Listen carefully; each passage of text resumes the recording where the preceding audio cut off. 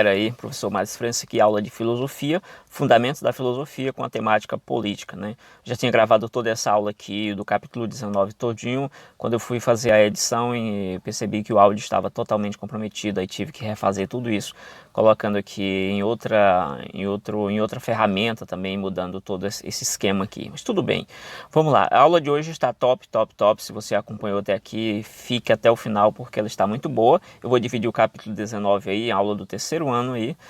Vou dividir em algumas outras aulas para ficar um vídeo menor e bem didático aqui, tá bom? Então a aula está muito top, não somente por causa dessa ferramenta aqui, né, que vai ajudar bastante, mas também por causa do conteúdo que é interessante. Relacionado à política, você pode ser daquelas pessoas que digam, eu não gosto de política, eu não gosto de ninguém nem fala esse nome diante da minha pessoa aqui, eu não gosto disso aqui. Beleza, mas o certo é que a política ela vai terminar nos impactando diariamente. As decisões que são tomadas no campo político, elas vão terminar aqui entrando diretamente na nossa vida, né, no nosso espaço, no nosso cantinho.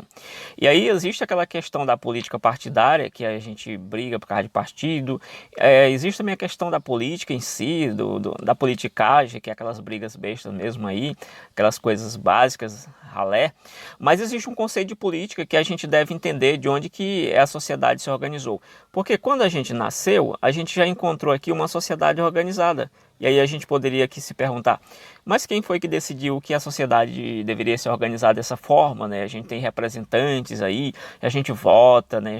Quem nasceu recente aí nem tem ideia muito de onde surgiram essas coisas. E às vezes é bom a gente se perguntar, né? De onde que veio essas coisas? E aí, relacionado à questão política, a gente tem a questão da etimologia. Quando a gente fala de etimologia, a gente fala da raiz da palavra, igual uma árvore, toda árvore tem uma raiz, não é isso? Então toda palavra ela também tem uma raiz, ou ela vem do latim, ela vem do grego, ela vem, sei lá, do inglês, do espanhol, de algum local ela vem. E aí, a raiz da palavra política, ela vem da palavra politeia, tem um acento no i, politeia, tá? O grego aí. Politeia que vem da palavra aqui da ideia de polis, né? Dessa palavra da frente, que vem da ideia que obviamente trouxe essa ideia que a gente conhece hoje como cidade, né? Aquilo que a gente participa da cidade, as decisões, aí a gente vai lembrar da Grécia, daquele pessoal lá todo e tal, e por aí vai. Então, etimologicamente, a palavra política vem dessa ideia, né? Politeia, que tem relação com a cidade. Eu coloquei aqui uma ideia de um conceito dinâmico, que seria que o conceito de política ele vai mudando com o tempo, assim como qualquer outra coisa. E isso aqui é muito interessante. Agora a gente vai ver aqui um detalhe seguinte. Quando a gente vai ver o conceito de política na Grécia, ele vai estar aqui respaldado por só um minuto. Ele vai estar respaldado aqui pela ideia do bem comum. Então, o bem comum, trabalhar para o bem comum.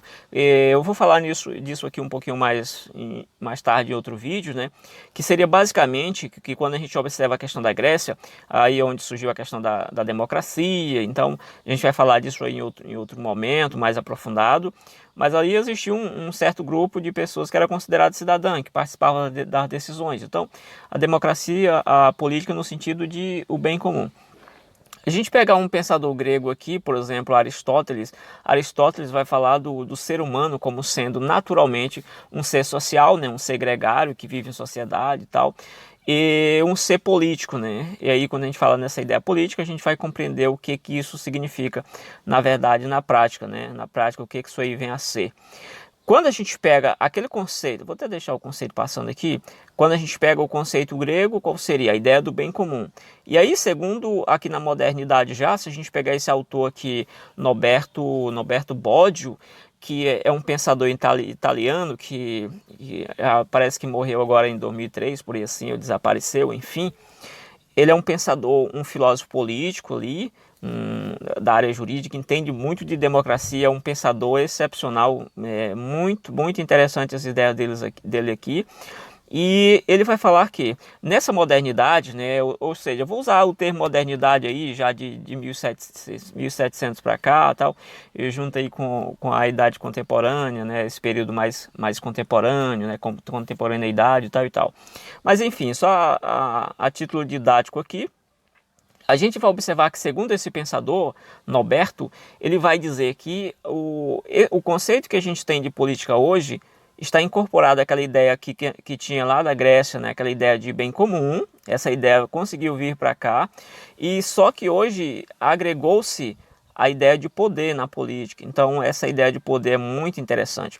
Quando a gente pega a questão da etimologia de poder, né, a palavra poder ela vem do latim potere.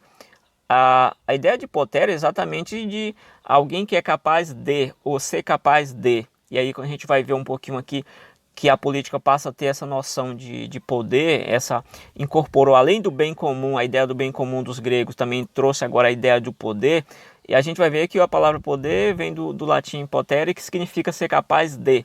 E aí, usando o outro pensador aqui, no caso Bertrand, você vai ver que o que seria a ideia de poder? Poder é você fazer os outros agirem. Isso, em trocando em miúdos, se aproximando um pouco mais do que o autor disse, seria a capacidade a capacidade de fazer com que os outros façam aquilo que a gente quer que eles façam, né?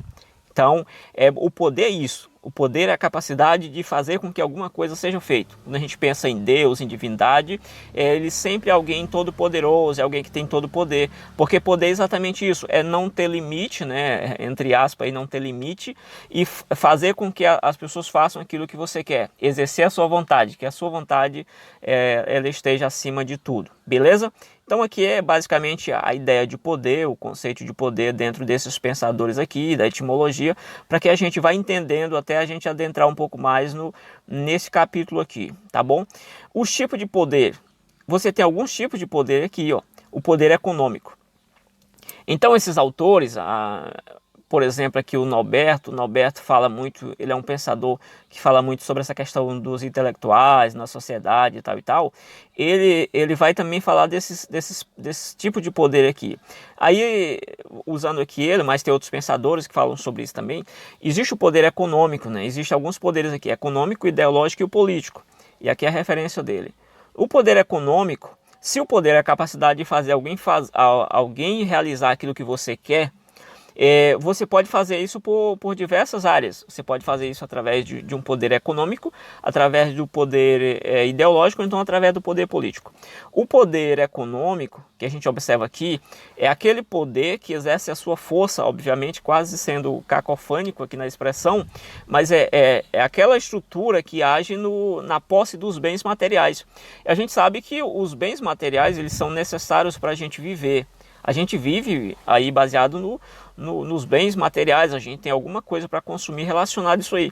Então quem detém um poder dos meios de produção, quem detém um poder dos bens materiais, com certeza consegue controlar muita coisa, né? Então o poder econômico, você lembra aí dos grandes bancos, as grandes empresas e tal.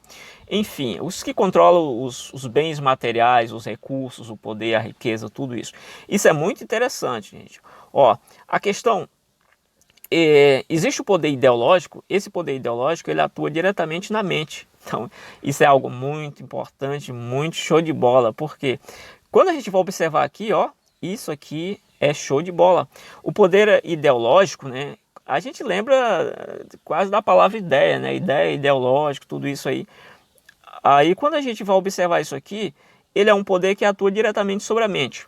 Aí você tem essa atuação desse poder diretamente sobre a mente, vai atuar em relação à transmissão de ideias, as ideias que são transmitidas para nós, seja via televisão, rádio, qualquer mídia social, ela pode muito bem estar passando aqui por esse viés do ideológico, né? E aí a gente vai observar o quê? A questão da transmissão de símbolos, né? A transmissão de visão de mundo. Cada sociedade vai tentar transmitir a sua visão de mundo, cada grupo vai tentar transmitir essa visão de mundo, de dizer o que é correto, o que não é. Os ensinamentos práticos, por exemplo, as religiões, os costumes dentro da própria sociedade, o que é correto, o que é ético, o que não é.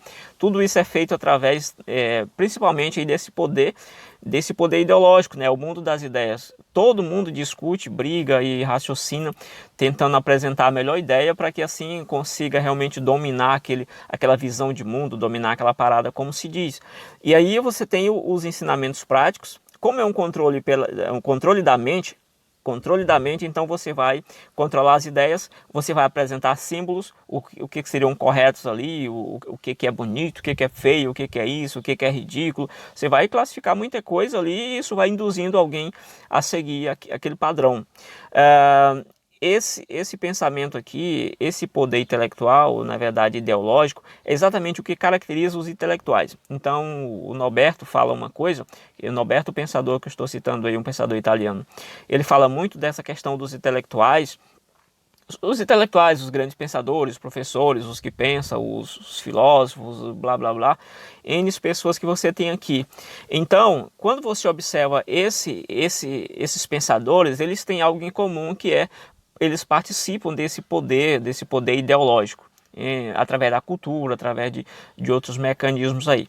Aí o Norberto vai dizer que o intelectual ele tem algumas opções. Por exemplo, se você é o intelectual e você está numa sociedade, você está dentro de um contexto político, obviamente, e você se envolve com aquilo a ponto de se tornar um partidarista, então você está quase traindo aquilo que ele chamou de a sua função clérica, né? A sua função quase que sacerdotal, talvez seja algo desse tipo. E se você participa a ponto de seguir uma ideologia, ficar defendendo uma coisa ali rígida, você já vai estar traindo a sua missão ali quase, né? Então ele diz, mas se você é o intelectual e você não participa das ações públicas, você não participa da política, você não debate, você não faz nada, você está produzindo um tipo de conhecimento estéril, né? Isso aí são palavras que eu terminei parafraseando. O que você produz está sendo algo estéril. E assim você vai ver que tudo isso é feito através do poder da palavra. A palavra é usada como instrumento de controle da mente, de controle ideológico aqui, beleza? E como eu falei dos poderes, o primeiro poder econômico que controla as posses dos bens e o poder ideológico que quer controlar a mente, né?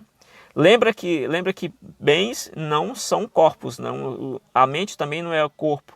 Mas existe a questão política, o pensamento político aqui, vou só tirar aqui os outros ideológicos para que você não fique confuso aqui, né? Só tirar aqui. Opa. Bom, aí você tem o outro poder. Esse poder político aqui, ele é pesado. Isso aqui é o que acontece no Estado. Quando a gente vai ter outros vídeos aí estudando o que é o Estado, as funções, como surgiu e tal e tal.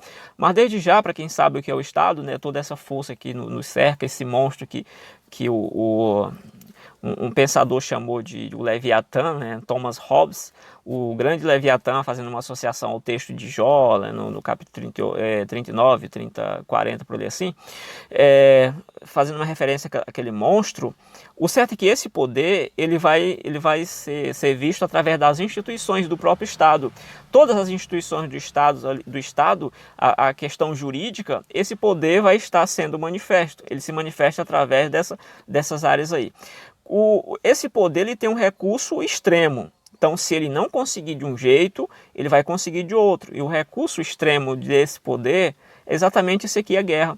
Se você tem dois países, que esses países têm interesse em um ponto X, e esses interesses deles são conflitantes, obviamente, e eles não conseguem resolver isso aí, o que eles vão fazer? Guerra? Lembra da Guerra do Vietnã, da Primeira Guerra Mundial, 1914, Segunda Guerra Mundial, 1939, aí você tem aquelas guerras frias, a partir de 1945, aí, do final da Segunda Guerra, até um pouquinho aí próximo aí da queda do Muro de Berlim, dessa questão, onde existem aquelas forças ali, aquelas brigas e tal.